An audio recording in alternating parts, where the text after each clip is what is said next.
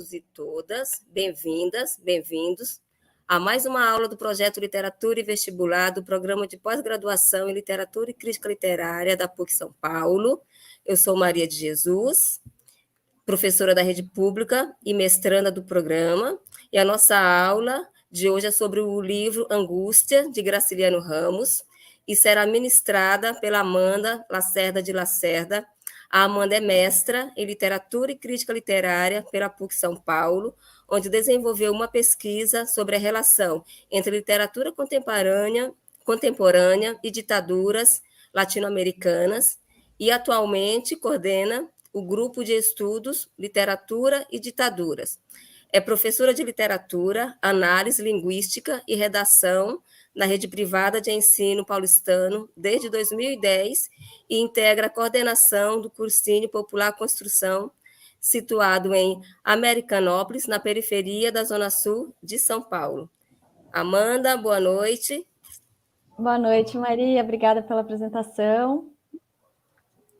E não esqueça que hoje você terá um público super especial. Sim, estou bem feliz de saber. Os alunos da EJA, da MF Hipólito José da Costa, na qual eu sou professora. Obrigada, Maria, por esse engajamento aí, por esse convite, né, estendido aos seus alunos que estão aí na escola hoje e vão acompanhar a aula. Eu espero que eles aproveitem, que eles fiquem à vontade para mandar perguntas, que quem está assistindo ao vivo, quem vai assistir depois pelo canal do programa, no YouTube, possa aproveitar essa aula, né? Exatamente. E conhecer um pouco da obra. E quem está nos assistindo e irá assistir depois, deixe seu like e compartilha. O canal tem muito conteúdo de qualidade, vale a pena não só assistir, mas como compartilhar também. É isso aí. Bom, gente, boa noite mais uma vez. Eu vou começar aqui. A Maria já me apresentou, então eu tenho aí uma trajetória no programa de Literatura e Crítica Literária da PUC. Estou muito feliz de estar aqui para falar desse livro, que não é um livro fácil, que é um livro, como a boa literatura, um livro que nos coloca em situações conflitivas, né, com a nossa subjetividade, e para falar de um autor que é, sem dúvida, um dos meus preferidos. Então, eu espero, de fato, de verdade, que todo mundo possa aproveitar e que essa aula que eu preparei possa contribuir para a preparação dos jovens que estão querendo prestar vestibular e sabem que essa obra faz parte da lista de leituras obrigatórias da FUVEST, mas também para todo mundo que já ouviu falar desse autor, que já leu alguma coisa sobre ele, que possa, assim como eu, se apaixonar por ele também. Léo, você põe a apresentação, por favor? Então é isso, gente. Vou falar mais especificamente sobre o livro Angústia, do Graciliano Ramos, mas vou começar dando um panorama geral sobre o autor e sobre algumas das suas principais obras. Pode passar. Então, quem é o Graciliano Ramos, né? É esse brasileiro, nascido numa cidade muito pequena, no interior do Alagoas, chamada Quebrangulo, em 1892. Ele morou em diversas cidades, no sertão da Bahia, no sertão de Pernambuco, chegou aí para o Rio de Janeiro, seguia a carreira de jornalista. Além de jornalista, assumiu cargos públicos também, chegou a ser prefeito de Palmeiras dos Índios, que é uma cidade no interior da Bahia, e teve ainda em vida reconhecimento pela sua obra como escritor, né? Então, o Graciliano, além da sua trajetória profissional como escritor, como jornalista, participando da vida pública das cidades pelas quais ele passou, e como nordestino, também assumiu um engajamento político que lhe custou muitas coisas, né? Que no ano de 1936 ele foi preso, ele que já era afiliado ao Partido Comunista Brasileiro. Em 1936, a gente está ali às vésperas da ditadura Vargas, né? E até hoje há bastante controvérsia sobre quais as razões, quais as alegações para a prisão do Graciliano Ramos. E até hoje não são muito bem explicadas, na verdade, né? Então foi de fato algum tipo de perseguição ali ideológica e política que lhe custou quase um ano de encarceramento. É interessante comentar também quando ele foi preso, ele exercia o cargo de uma espécie de secretário de educação no município, que eu não vou lembrar agora qual é. Mas uma das funções dele na vida pública, né, na vida política, foi como prefeito de Palmeiras dos Índios, como eu comentei, e os seus relatórios, né, os seus textos oficiais como prefeito, já chamavam a atenção por um caráter literário, um caráter metafórico, irônico. Então, o escritor sempre existiu dentro do Graciliano Ramos, independente de onde ele estivesse convivendo, trabalhando, produzindo. O Graciliano morre bastante jovem, com 60 anos, em decorrência de um câncer de pulmão. Essa foto, eu escolhi essa bem especificamente porque ela mostra aí em segundo plano, né? A gente tem o Graciliano em primeiro plano. Eu acho muito bonita essa expressão dele, eu acho que revela muito sobre a literatura dele, uma literatura ensimesmada, uma literatura um pouco desconfiada, uma literatura de aparência dura, né? Mas de coração mole. É um pouco da minha leitura dessa figura, né, do Graciliano material, né, homem, ser humano, físico, concreto, mas no segundo plano tem ali um retrato, né, uma gravura que é um retrato do Graciliano Ramos e que foi feita pelo Cândido Portinari. E essa foto faz parte do acervo do Instituto de Estudos Brasileiros da USP, aqui em São Paulo, e é uma obra importante né, dentro das obras do Cândido Portinari, que foi um pintor importante para o modernismo brasileiro.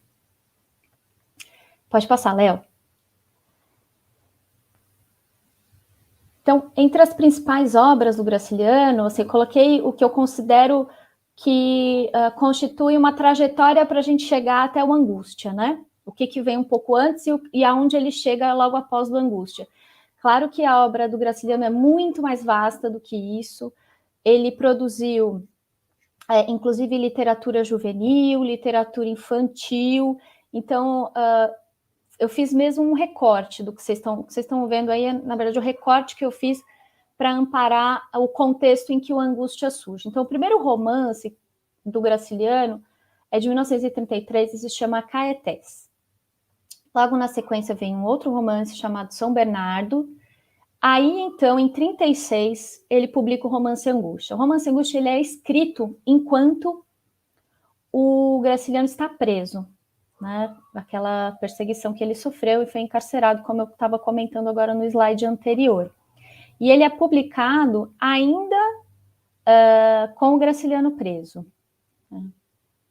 Então, não é aleatório, assim, esse título tão impactante, né? Angústia. E ele cumpre um papel dentro da trajetória biográfica mesmo, né? Da vida do Graciliano, mas também dentro da constituição da sua estética literária, do seu projeto estético literário, né? Porque logo depois, em 38, vem o Vidas Secas, que é a obra-prima do Graciliano Ramos, e isso já é considerado e já é estudado por diversos especialistas em literatura, já é reconhecido pelos leitores como uma obra de muito impacto, uma obra muito bem acabada, e que representa o que é fundamental no estilo do Graciliano, que é a concisão, que é materializar na forma do texto literário a secura, né, da vida daqueles personagens. Então, a forma e o conteúdo para o Graciliano, elas estão intimamente ligadas, uma afeta a outra. Né? Então, para chegar, o Angústia está onde? Está nesse trajeto em que o autor chega no ápice do seu projeto estético. Né? Então, faz parte desse processo. Eu destaquei aí o livro Infância, que é de 1945, que tem caráter memorialístico, não é o único livro de caráter memorialístico, mas é um dos mais importantes, e o Memórias do Cárcere, que é uma obra publicada póstumamente, né, depois da morte do Graciliano, e que é, na verdade, uma espécie de diário do período em que ele passou encarcerado em função da perseguição sofrida na ditadura Vargas. Então, acho que é um pouco esse o contexto em que o Angústia está inserido, né? Então, ele ainda não é, vamos dizer, a forma mais aprimorada do estilo do Graciliano, e o Vidas Secas, se a gente for considerar, ele fez parte da lista de leituras obrigatórias da FUVEST por vários anos seguidos, e agora esse vai ser o terceiro ano, o terceiro vestibular em que, na verdade, está sendo cobrado o Angústia. Então, sem dúvida que o Graciliano é um autor importante para a formação do jovem, né? Para a formação da leitura literária do jovem. Isso seria um argumento para dizer por que o Graciliano sempre está na lista de leituras obrigatórias de um vestibular tão importante quanto o da USP. Mas aí, dessa vez, né, depois de tantos anos com o Vidas Secas, que é, como eu disse, considerada a obra mais bem acabada, que reflete mais, de maneira mais consistente, o projeto estético literário do Graciliano, está valendo agora o Angústia. Né? E aí, o que é o Angústia? Pode passar, Léo. O Angústia é esse livro que tem esse título muito forte, né? Então, quem já sentiu angústia, e eu acho que isso independe de idade, né? Todo mundo já deve ter sentido, ainda que não pudesse nomear no momento em que estava sentindo, mas a angústia é um sentimento difícil de lidar, né? É um sentimento arrebatador, um sentimento que decorre de situações interiores conflitivas, de tristezas, né? Então, é um sentimento, inclusive, difícil de definir, né? Quando a gente diz que algo é angustiante, a gente tende a tentar se afastar, né? E aí a gente pega um livro para ler, né? Obrigado ou não, por causa do vestibular, e o nome do livro é Angústia. Então, o que se espera desse livro? Quem são? Eu elenquei aí do lado direito do slide, né? Os principais personagens dessa trama, porque aí vai ter uma trama, né? A história é a história do Luiz da Silva, que é um homem órfão, que perdeu os pais muito cedo, e que vive em Maceió, capital de Alagoas, nos anos 30. Então, o romance foi publicado nos anos 30 e representa, né, literariamente, o espaço literário, o tempo literário da trama do Luiz é também os anos 30. Luiz é um escritor frustrado, que foi tentar a vida como escritor no Rio de Janeiro, não conseguiu, então ele volta para Maceió para tocar a vida como funcionário público. Ele se apaixona pela Marina, que é a sua vizinha, ele mora numa pensão. Marina é uma nova vizinha, alguém que chega e por quem ele se apaixona. Eles chegam a ficar noivos, mas esse noivado é interrompido, ele é rompido, quando Marina conhece Julião Tavares, que é o oposto. Se eu for pensar na lógica do duplo, né, que é uma categoria comum na literatura, Luiz da Silva e Julião Tavares são os opostos desse duplo. Então, enquanto Luiz da Silva é esse que vai se carregar, né, que vai alimentar e vai carregar o ciúme, o desencanto e a derrota por ter perdido a Marina, o Julião Tavares é um bom vivant, é um burguês, é um herdeiro que tem tudo o que quer, enquanto o Luiz é o oposto. Ele não alcançou até o momento nada do que ele queria e ele está sozinho no mundo. Em que culmina isso? Luiz da Silva, e aí eu vou dar um spoiler e aí eu já vou dizer que talvez não seja um spoiler, que eu acho que mesmo assim todo mundo deveria ler para tentar sacar se o que eu vou afirmar é fato ou não. Luiz da Silva, tomado por esse sentimento de derrota e desencanto, ele assassina o Julião Tavares. Num arroubo, num delírio, ele assassina o Julião Tavares. E essa condição de assassino coloca ele num plano de delírio. E aí já vou explicar como que uma estratégia literária cria essa condição para o Luiz da Silva, e como a gente, em função dessa condição, não tem como dizer com certeza se esse assassinato realmente aconteceu. Então, a angústia está aí.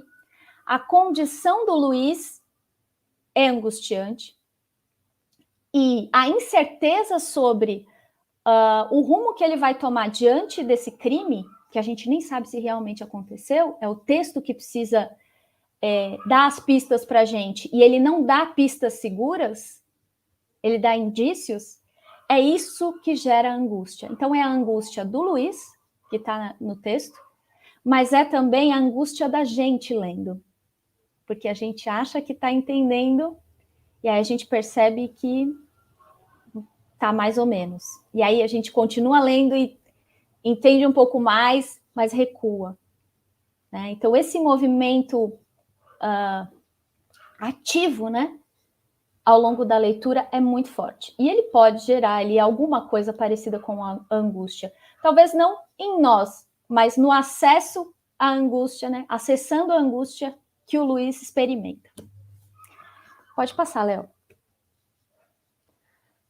Para essa aula de hoje, eu preparei, na verdade, eu selecionei duas frentes de interpretação. Uma delas é esse contexto do romance social, sempre pensando que a forma e o conteúdo do livro andam em paralelo, né?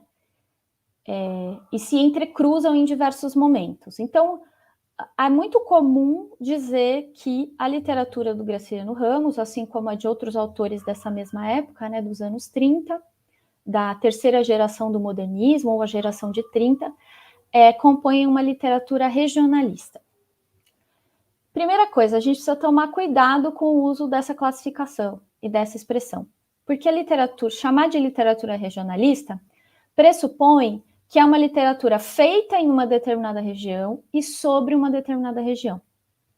Quando, na verdade, a literatura do Graciliano, assim como a literatura, por exemplo, do José Lins do Rego, do Jorge Amado, mas, sobretudo, a literatura do Graciliano está tratando de temas universais, está tratando de questões humanas. Então, quando a gente pensa em desencanto da vida, em ciúme, em amor, a gente está pensando em questões universais. Não é algo exclusivo de uma determinada população, de uma determinada região, de um determinado país, né? Então, por isso eu nem coloquei no slide, né? Então eu chamei, onde é que está situado o romance os principais romances do Graciliano? Nessa geração de 30. Que muito mais do que um modernismo regionalista, na verdade, a expressão de um certo Brasil que não tinha espaço antes do modernismo para sua representação de uma forma não idealizada. Né? Então, por isso se destaca um conjunto de obras nesse contexto. Então, o romance social, que também é uma classificação que se costuma fazer, vai ser esse romance que vai tratar de essa produção literária, narrativa desse momento, dos anos 30, que é um momento de grande efervescência histórica, política, né? A Semana de Arte Moderna de 22, né? Marca o início ali do modernismo, que é uma grande renovação, reinvenção das artes no Brasil, e que já estava sendo gestada, né, antes de 22, e que vai ter os seus desdobramentos. E um desses desdobramentos é o que se convencionou chamar de romance social. O romance social é esse que vai coligar a discussão e a representação das questões humanas, como eu estava dizendo, né? Então, o ciúme, o sentimento de derrota, o próprio sentimento de amor, de solidão, com questões propriamente sociais, do contexto social de suas épocas. Então, como eu tinha dito, a geração de 30, os principais romances do Graciliano estão nos anos 30, a história do Luiz da Silva no romance Angústia se passa nos anos 30, em Maceió, a capital de Alagoas, e comentei também que o Luiz da Silva e o Julião Tavares compõem um duplo, né? Que duplo é esse do ponto de vista do contexto social que subjaz, né, o romance? A transição das oligarquias decadentes para a burguesia em ascensão. Então, o Luiz e o Julião são, na verdade, personificações desses lugares sociais que estão em conflito. Então, o Brasil dos anos 30 é aquele em que a República do Café com Leite está em decadência, né? Então, as oligarquias, as grandes oligarquias agrárias, elas estão decaindo, enquanto a burguesia passa a ascender em função da própria modernidade. Então, a gente fala do modernismo nas artes, das vanguardas, mas a modernidade, ela, em sentido amplo, está transformando as formas de organizar a sociedade. E vai transformar também economicamente e politicamente. Então, o Julião, como eu comentei no slide anterior, ele é esse herdeiro da burguesia. Ele é esse herdeiro da classe que está em ascensão. Enquanto o Luiz da Silva, ele é um herdeiro, né, dessa oligarquia decadente. Então, é muito comum ao longo do romance que, nos diferentes tempos do delírio do Luiz, apareçam referências à infância, ao avô, que era um proprietário de terras escravocrata, ao pai, que morreu jovem. Então, todo esse contexto agrário de uma família que já teve o seu auge e que hoje, né, o Luiz é o herdeiro e não tem nada, né? Ele é um funcionário público que passa por restrições, que vive por meio de restrições, convivendo com restrições materiais muito severas, compõem essa oposição. Então, há uma oposição personificada nesses dois personagens que reflete um tanto desse contexto em que transitam a decadência das oligarquias agrárias para a ascensão da burguesia. E aí, para completar esse contexto, é também um momento de muita efervescência dos ideais socialistas, né?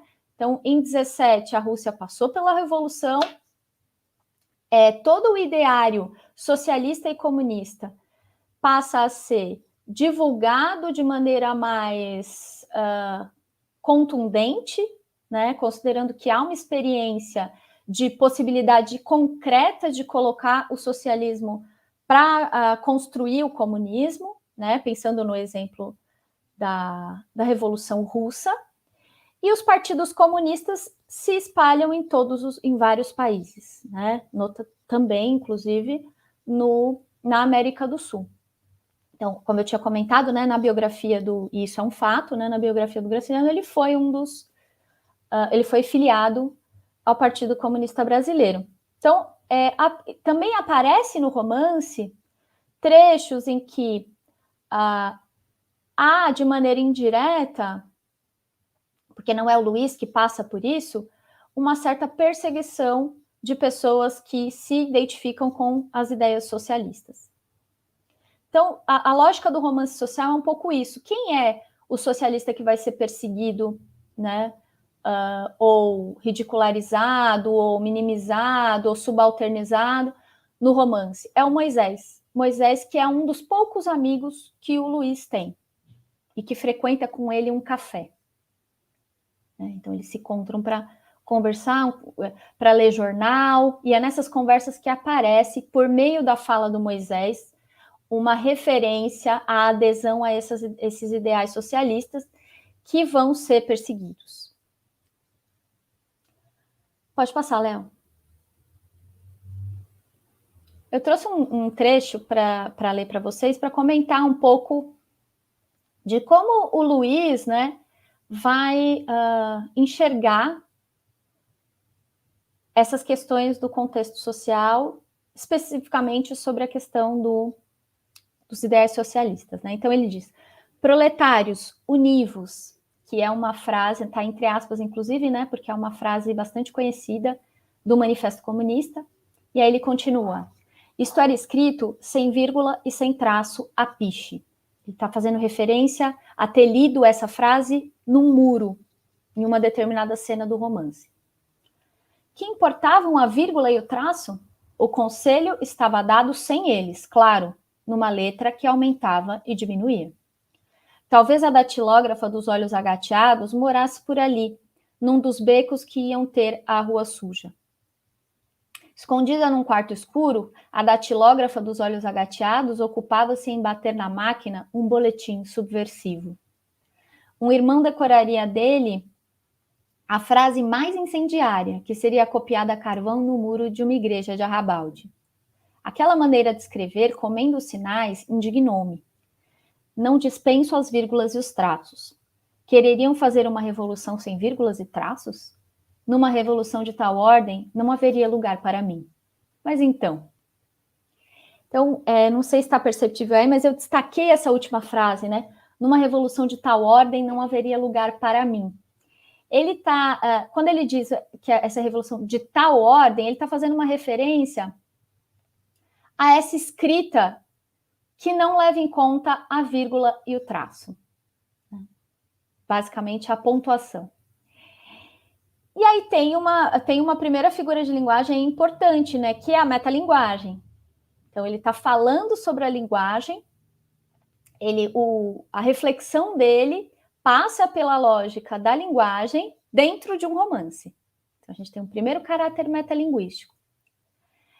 E aí, tem um caráter metafórico também, né? Porque ele diz, numa revolução de tal ordem, quer dizer, essa que ignora as vírgulas e os traços, não haveria lugar para mim.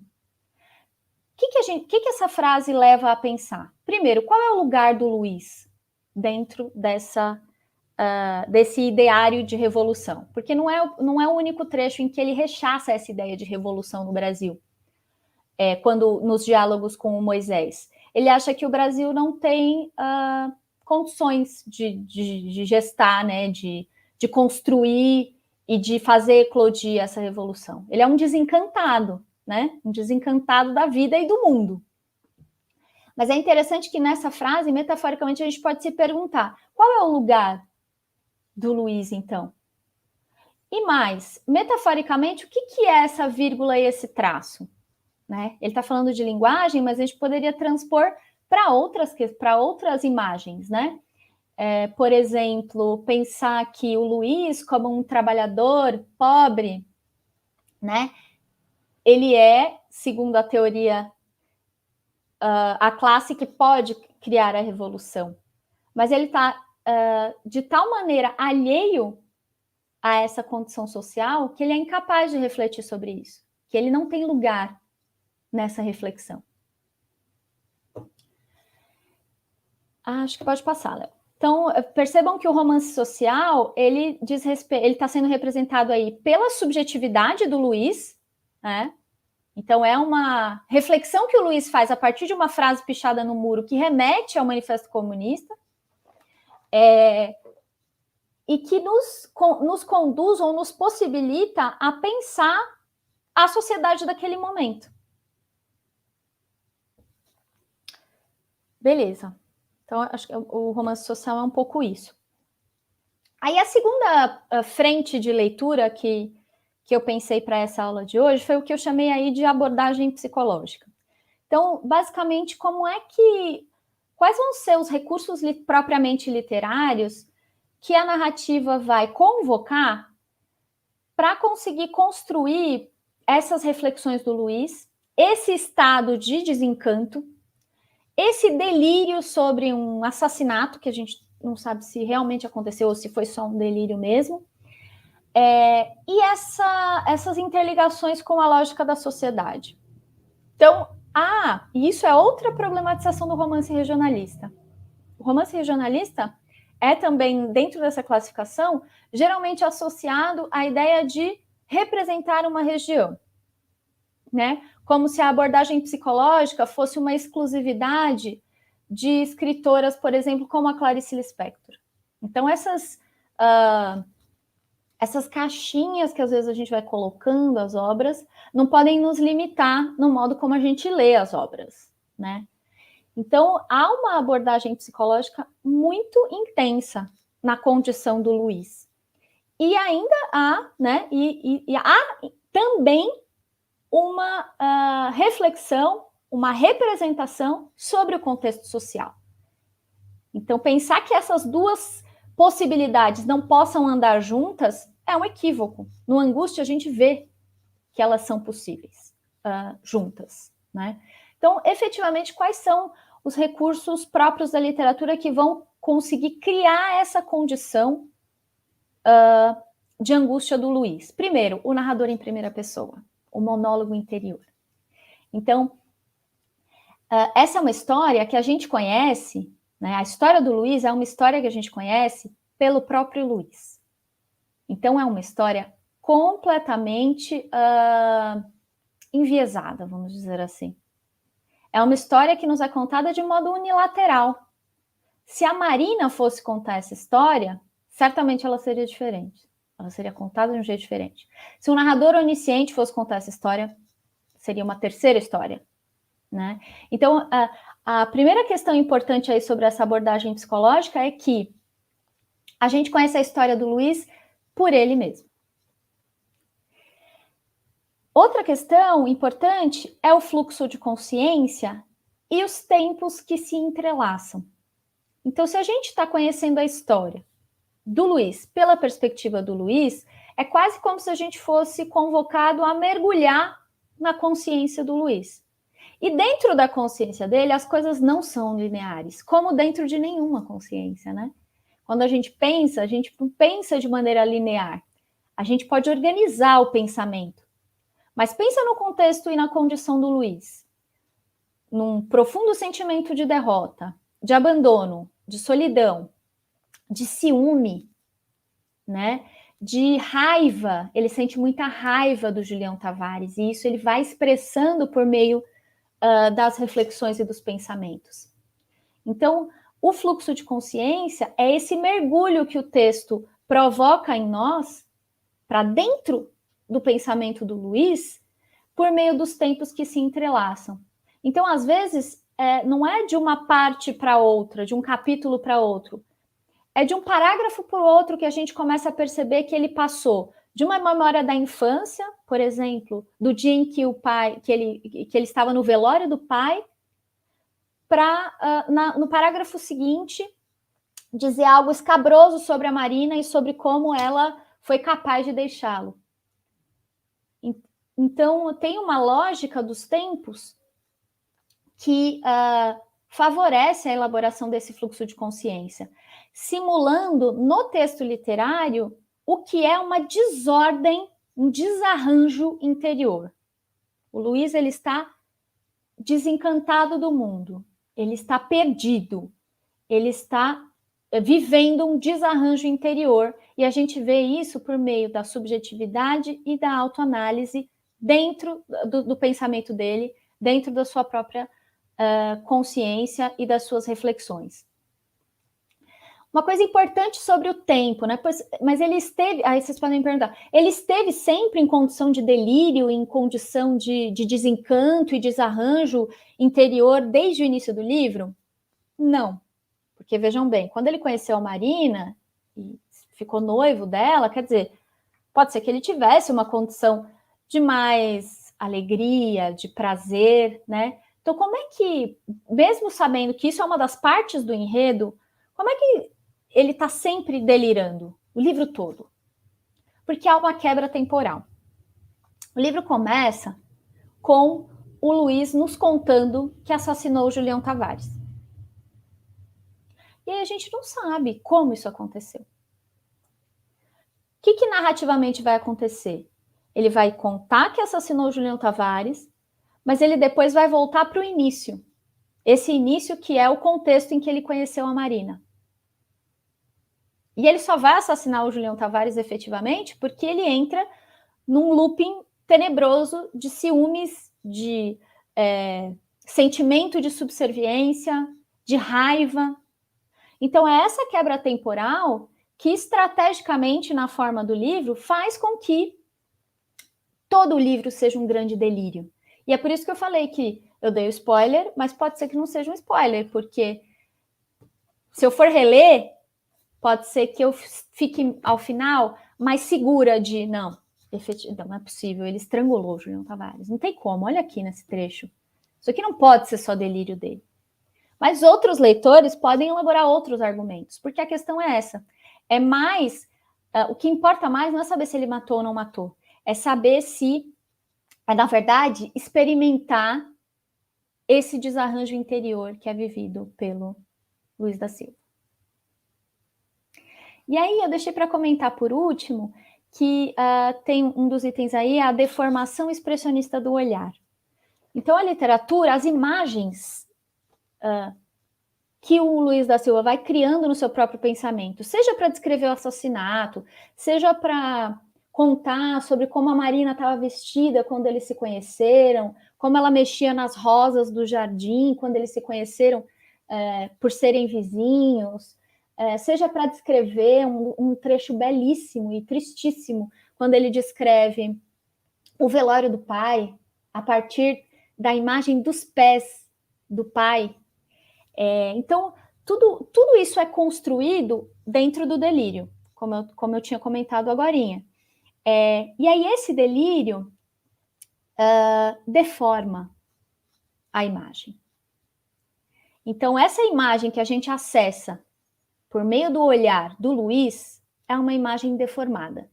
Deformada, e aí isso é uma expressão, essa deformação expressionista é uma expressão que remete ao expressionismo das artes, que foi uma vanguarda importante, que inspira, né, a Semana de 22, que inspira os artistas de diversas formas artísticas desde o início do século XX. Eu até coloquei aí porque eu achei que seria bastante ilustrativo, assim, né? Remeter ao que é essa deformação expressionista. Esse quadro, que todo mundo já deve ter visto em algum momento, aí, que é O Grito, do Eduard Munch, ele é um quadro célebre do expressionismo. Então, imagina que a imagem do que o Luiz experimenta, do que o Luiz lembra, do que o Luiz vivencia, nos chega deformada por esse delírio, próximo do que é essa estratégia, esse estilo expressionista. Então, percebam, é um livro fácil de ler? Não é. Mas eu posso garantir que é uma experiência forte. Pode passar, Léo. Eu vou ler 2 trechos em que esse primeiro trecho, vocês vão perceber que o Luiz, ele mesmo tem consciência do delírio, né? Vamos ver. Há nas minhas recordações estranhos hiatos. Fixaram-se coisas insignificantes. Depois um esquecimento quase completo. As minhas ações surgem baralhadas e esmorecidas, como se fossem de outra pessoa. Penso nelas com indiferença. Certos atos aparecem inexplicáveis. Até as feições das pessoas e os lugares por onde transitei perdem a nitidez. Tudo aquilo era uma confusão, em que avultava a ideia de reaver Marina. Tem um trecho, logo no início do romance, né, quando ele vai contar pra gente que estrangulou Julião Tavares, ele está sentado na mesa da pensão onde ele mora, e aí ele conta que ele está rascunhando num papel, né? E aí ele escreve vários anagramas para a palavra Marina. Ele fala Marina, ira, raiva. Ele vai criando palavras a partir da palavra Marina. Então a Marina é uma personagem importante, né? Como desencadeadora de muitos sentimentos por parte do Luiz da Silva. Por isso que aparece essa referência aí. Então, reaver Marina, encontrar Marina, ele fala muito sobre a Marina, né? Porque ela mobiliza nele coisas com as quais ele não consegue lidar. E nesse trecho ele mesmo reconhece, né? Há estranhos hiatos nas minhas recordações, né? O que são os hiatos? São as lacunas, são os vazios, né? As ações surgem baralhadas e esmorecidas, esse baralhadas, esse misturadas, como se fossem de outra pessoa.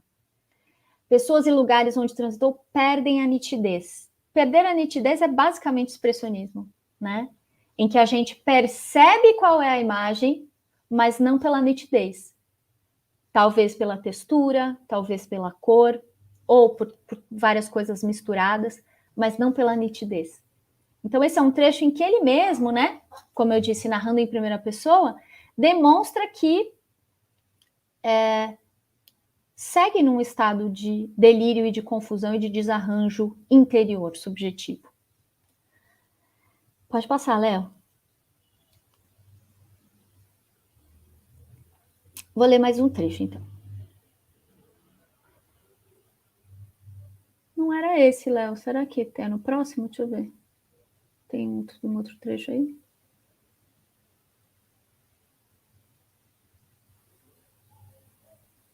Será que eu confundi o slide?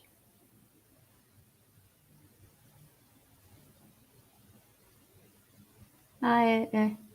Não, mais um, isso. Próximo.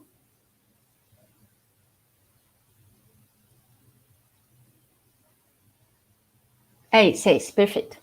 Então, vou ler também. Esse trecho está no contexto do delírio em que ele... porque aí ele conta, né, que estrangulou Julião Tavares e ele está cometido por um grande medo de ser pego, né? Tanto pela quase como se ele tivesse cometido o crime no momento de inconsciência, de delírio, e aí quando ele se dá conta, ele se vê tomado por uma angústia e um não sei o que fazer, né? Mas também com medo de que a polícia o encontre. E aí, nesse contexto, ele vai dizer o seguinte, mais para o final do livro, né? Porque aí ele faz esse corte temporal no início, no começo, volta para o início, desde quando conheceu a Marina, e termina no ponto em que vai se ligar com a outra ponta que está lá no começo, né? E aí ele diz, lá, mais para o final do livro, por que não me vinham buscar os miseráveis da polícia? Eu os acompanharia, mostraria a roupa rasgada, os fios da gravata no monturo, falaria no cigarro oferecido pelo vagabundo. Por que não vinham logo? Escreveria um livro. A ideia do livro aparecia com regularidade. Tentei afastá-la, porque realmente era absurdo escrever um livro numa rede, numa esteira, nas pedras cobertas de lama, pus, escarro e sangue. Olhava as telhas movediças, a garrafa de aguardente movediça. O livro só poderia ser escrito na prisão, em cima das pedras, na esteira, na rede, sob as cortinas de Pucumã. Um livro escrito a lápis, nas margens de jornais velhos. Os objetos deformavam-se. A janela e a porta do quintal, a porta da cozinha e a do corredor estavam cheias de gente. Então, é um delírio, né? Ele está vendo um monte de gente, ele está se imaginando já na prisão, escrevendo um livro, pensando que ele é um escritor frustrado, né? Tem a referência a essa ideia de que os objetos se deformam, né? Remetendo a essa lógica expressionista, né? Essa imagem expressionista. Tem esse medo, né? O fluxo de consciência aí é bastante presente, né? Porque ele parte de uma pergunta concreta. Bom, se eu estrangulei um homem, em algum momento isso vai ser descoberto e eles vão me pegar. Mas por que eles não vêm logo, né? O que aconteceu nesse meio tempo? E o tempo não é preciso para ele, né? Já que ele está delirando, essa é um pouco a lógica de toda a experiência dele. E aí ele vai caminhando para lugares imprevistos, né?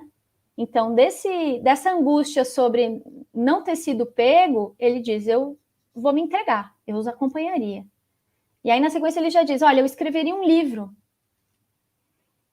E diz, né, era absurdo escrever esse livro numa rede, eu teria que escrevê-lo, o livro só poderia ser escrito na prisão.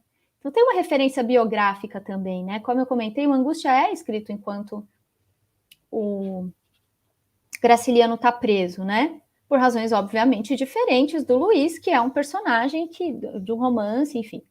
Né? Mas tem uma referência aí de uma certa imagem, e de uma imagem que é um tanto grotesca, né? A lama, o pus, o escarro, o sangue, as secreções, né? As telhas que são movediças, o aguardente que é movediço, então o próprio estado de embriaguez, constroem, dentro da lógica do fluxo de consciência, essa imagem que é toda embaralhada, que não é precisa. E é por isso que, repito, né, a gente fica sempre com essa dúvida, será que rolou mesmo esse crime? Né, o que será que rola de verdade com o Luiz diante de tanta angústia, de tanto desarranjo subjetivo? Pode passar, Léo. Então, eu selecionei também uma questão, aí já para encaminhar para o fechamento da aula. Vou comentar uma questão e aí eu retorno ao livro, né? Sempre lembrando que a intenção aqui é contribuir, né, para que vocês se preparem, para quem está assistindo e que vai prestar vestibular, essa aula possa contribuir, possa ajudar na preparação, mas também para seguir incentivando a leitura de literatura, e especialmente a leitura do Graciliano, né? Então, essa pergunta da FUVEST é uma pergunta... a pesquisa que eu fiz para preparar a aula de hoje, eu encontrei questões da FUVEST sobre o livro Angústia, tanto na primeira fase quanto na segunda, que é composta por questões dissertativas, né? Então, eu vou destacar aqui 2 questões da primeira fase, então, portanto, que são de múltipla escolha, e que são baseadas em um trecho teórico do pesquisador Benedito Nunes, que é um pesquisador, um teórico bastante reconhecido pelas suas pesquisas sobre o tempo da narrativa, e um trechinho do Angústia, né? Então, as questões vão referenciar esses 2 trechos. Eu vou ler aqui para vocês os textos da questão, então. Primeiro, Benedito Nunes, no livro Ética e Leitura, ele diz: os textos literários são obras do discurso. O que falta é a imediata referencialidade da linguagem corrente. Poéticos abolem, destroem o mundo circundante, cotidiano, graças à função irrealizante da imaginação que os constrói. E prendem-nos na teia de sua linguagem, a que devem o poder de apelo estético que nos enleia. Seduz-nos o mundo outro e real, neles configurado. No entanto, da adesão a esse mundo de papel, quando retornamos ao real, nossa experiência ampliada e renovada pela experiência da obra, à luz do que nos revelou, possibilita redescobri-lo, sentindo-o e pensando de maneira diferente e nova. A ilusão, a mentira, o fingimento da ficção aclara o real ao desligar-se dele, transfigurando-o, e aclara-o já pelo insight que em nós provocou. Então, é um texto bem bonito, né? Essa ideia de que a literatura tem uma especificidade que é essa, de por meio da linguagem poder criar mundos novos que a gente acessa se desligando do nosso mundo real, vamos dizer assim, e quando a gente sai desse mundo literário que a gente acessou, quando a gente volta para esse mundo real, a gente não enxerga mais esse mundo real da mesma forma, né? É como se essa ficção, que ele elenca aí, né? Ilusão, mentira, fingimento, aclarassem o real. Quando a gente se desliga do real e se liga à literatura, a gente volta para o real diferente.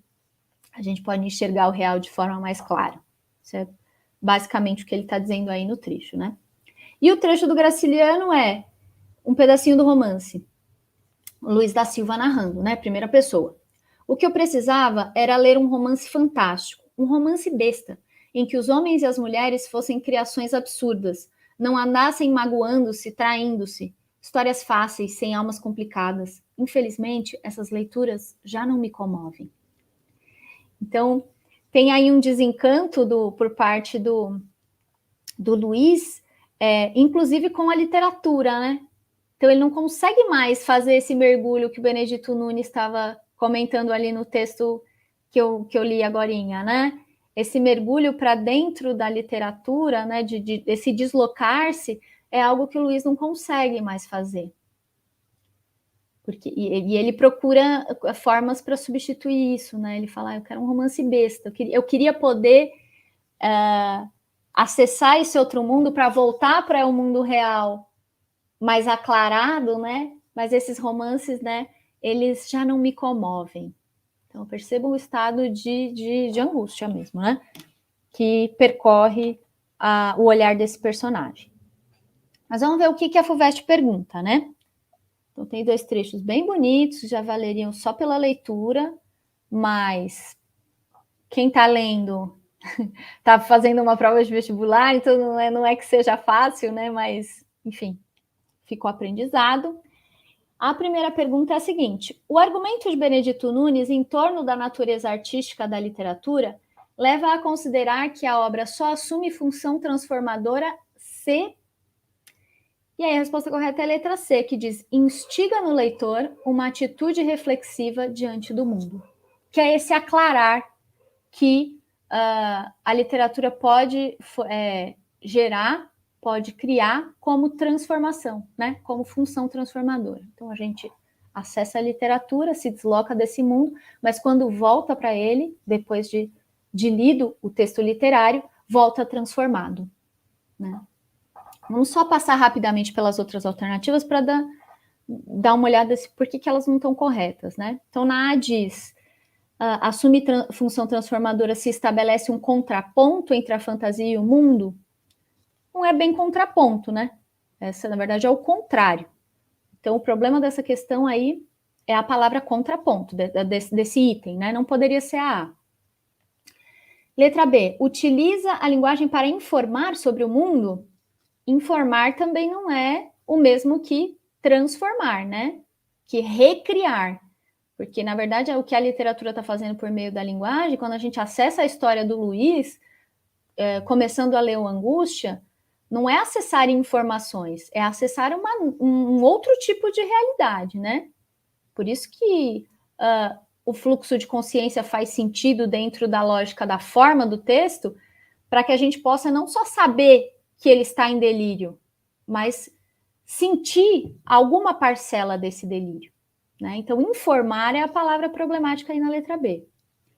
Na D, oferece ao leitor uma compensação anestesiante do mundo? A palavra problemática aí é anestesiante, né? Compensação já seria problemático, mas anestesiante também não é, né? Porque a anestesia, ela não transforma, ela aliena, no sentido aí da alternativa. E letra E, conduz o leitor a ignorar o mundo real. Ignorar também não faz sentido dentro da lógica do argumento do Benedito Nunes. Então, letra C, correta. Pode passar, Léo. E aí, a segunda pergunta, comentar rapidamente. Se o discurso literário aclara o real ao desligar-se dele, transfigurando-o, e aí essa aspa é do Benedito Nunes, pode-se dizer que Luiz da Silva, o narrador protagonista de Angústia, já não se comove com a leitura de histórias fáceis sem almas complicadas, por quê? Letra E. Se afunda na negatividade própria do fracassado. Então, ele chegou a tal sentimento de fracasso em relação à sua origem, vindo de uma oligarquia decadente, ao noivado com Marina que não se realizou, a carreira como escritor que não se realizou, a raiva que ele sente pelo Julião Tavares, né? É profundo o seu estado de negatividade que essas leituras não mais o comovem. Então, isso explica por que é a letra E. Agora, vamos de novo aqui, né? Aqui também, passar rapidamente pelas outras alternativas. Por que, então, ele não se comove? Ele rejeita como jornalista a escrita de ficção? Não, ele não rejeita, né? No trecho, ele diz que ele gostaria de ler um romance besta. Ele lamenta, ele não rejeita a escrita de ficção. Ele lamenta que a ficção não possa mais satisfazê-lo de alguma maneira, nesse seu deslocamento e desligamento do mundo real que o cerca e que é tão angustiante. B, prefere alienar-se com narrativas épicas? Essa não, né? Essa é uma daquelas que você pode eliminar de cara, né? Porque ainda que ele fale de um tipo de narrativa específico, que é o que ele chama de narrativas bestas, né? Sem almas complicadas, ele não demonstra em oposição uma preferência por nenhuma outra, né? C, é indiferente às histórias de fundo sentimental? Também não. Ele fala, né, quando ele elenca as características das histórias bestas, que ele fala sobre histórias de amor, histórias fáceis. Então, não tem uma especificidade na negação do Luiz em relação às histórias de fundo sentimental. E a letra D, está engajado na militância política. Quem lê o romance sabe que não, né? Sabe que essa alternativa não poderia ser. Que ele, na verdade, ele não está engajado, ele convive com pessoas engajadas, como o Moisés, que é um personagem que eu comentei rapidamente. Mas isso, e que, na verdade, é o contrário, né? Ele não é engajado politicamente, ele, na verdade, é desencantado, inclusive com a política e com a possibilidade de ocorrer uma revolução no Brasil dos anos 30. Pode passar, Léo. Tudo influenciou na obra dele, o ambiente. Você dá só um pause até para a vida. Você consegue dar pause, Léo? Ah, tá. Tá, eu vou comentar e aí você coloca para... Porque aí já dá play direto. Eu selecionei um para fechar a aula, então, né? Espero que vocês tenham curtido, tenham aproveitado, tenha sido de interesse, né? Assim, conhecer um pouco mais sobre essa obra do Graciliano, que não é a mais famosa, que não é a mais conhecida, mas que tem um valor literário muito, muito especial e que proporciona uma experiência muito transformadora. Então, espero que essa aula que eu preparei tenha cumprido esse papel aí para alguns de vocês e para quem vai assistir depois. E aí, para fechar, eu selecionei um trecho de um programa que se chama Mestres da Literatura. Era uma série de programas, se não me engano, não vou lembrar agora de qual canal que era, mas eles estão todos disponíveis no YouTube, e que faz pequenos documentários de 25 minutos com grandes mestres da literatura brasileira. O Graciliano é um deles. Então, há um programa inteiro dedicado à produção literária do Graciliano Ramos. E eu separei o trechinho final desse documentário, para reforçar uma ideia de que é importante se preparar para o vestibular, não é à toa que esse tipo de obra faz parte das leituras obrigatórias, né? Que sejam leituras que todos os jovens possam fazer ao longo da sua vida escolar, e valorizar esse acesso à leitura literária e a importância que a leitura literária tem na formação dos indivíduos como um todo, para além do vestibular, né? Então, vamos passar um trecho e aí eu me despeço oficialmente. Tudo influenciou na obra dele, o ambiente, até a vida dele, as conversas que teve na loja, que ele ouviu, e que ele depurou na sua linguagem, que foi justamente um aprimoramento do modernismo. E a literatura, ela não é apenas um exercício de estilo, ela não é apenas um jogo formal com a linguagem, ela é também uma forma de conhecimento do mundo, né? Então, quando você lê a obra do Graciliano, você conhece aquele mundo que é distante, né? É distante para um amazonense, é distante para um brasileiro do sul, do sudeste. Então, é uma forma também de você conhecer não só, vamos dizer, a região, mas os dramas humanos que a habitam.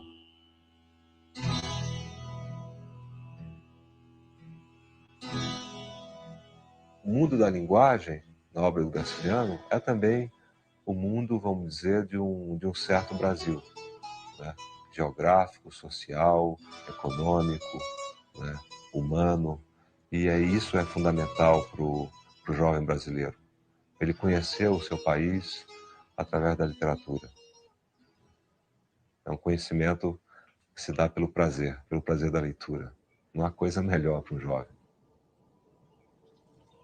A primeira coisa que guardei na memória foi um vaso de louça vidrada, cheio de pitombas, escondido atrás de uma porta. Ignoro onde o vi, quando o vi, e se uma parte do caso remoto não desaguasse no outro posterior, julgá-lo-ia sonho. Educaram-me nesse tempo a noção de pitombas, e as pitombas me serviram para designar todos os objetos esféricos. Depois me explicaram que a generalização era um erro, e isso me perturbou.